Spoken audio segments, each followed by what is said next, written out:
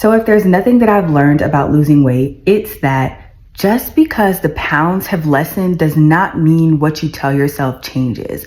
And a lot of times we feel like, oh, well, we made the change. We did the things. We did the hard work. We lost the weight.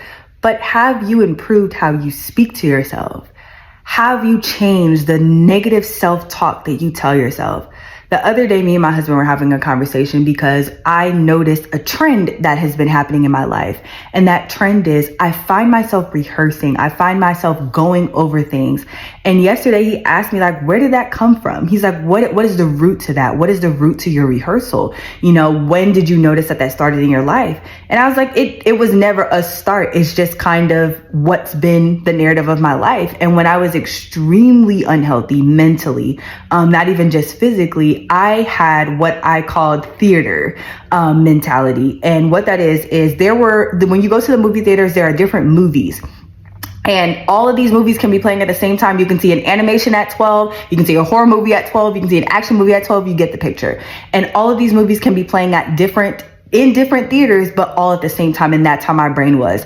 My brain at the same time was playing different traumas. And depending on what room I walked in, depended on what trauma I was viewing at the time. Now, these movies played whether I was awake or whether I was sleeping. And every time I had to go into these rooms, or every time I was just in my quiet place or wherever I was, no matter what I was doing, these movies were always playing. So that began my rehearsal mindset of just letting things go and go and go and replay and replay and replay. Now that I'm on the other side of my healing and I'm on the other side of this weight loss, I'm still dealing with the rehearsing. And one of the biggest areas that I found myself rehearsing in immediately post-surgery was the negative things that I would tell myself, the negative ways that I would allow my body and the body dysmorphia to just completely ruin my day, because I was rehearsing all the things that I told my body. Granted, I didn't look that way anymore. I didn't carry myself that way anymore. I didn't even fit the same clothes or dress the same way that I did prior to weight loss.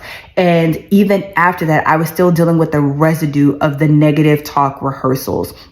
And I need y'all to stop doing that, because I know that a lot of y'all still do. I know that a lot of us still deal with that body dysmorphia at moments. A lot of us still deal with that negative self-talk.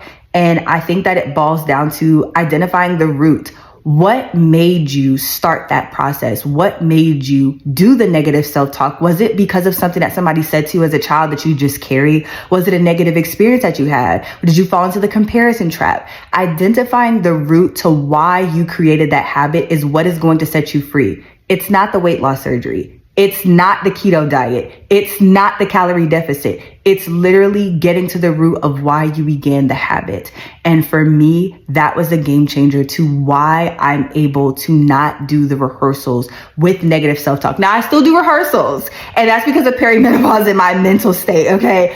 I be going through it. I can't remember things sometimes, but when it comes to that negative self-talk, that's something, and that's an area that I don't play with, because you will be doing all of the physical work, but hit a stall because you have told your mind that we're not good enough.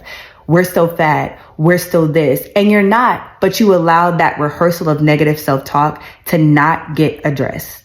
Address it so you can finally be the man, woman, human that you've wanted to be. I hope that helps. Love you.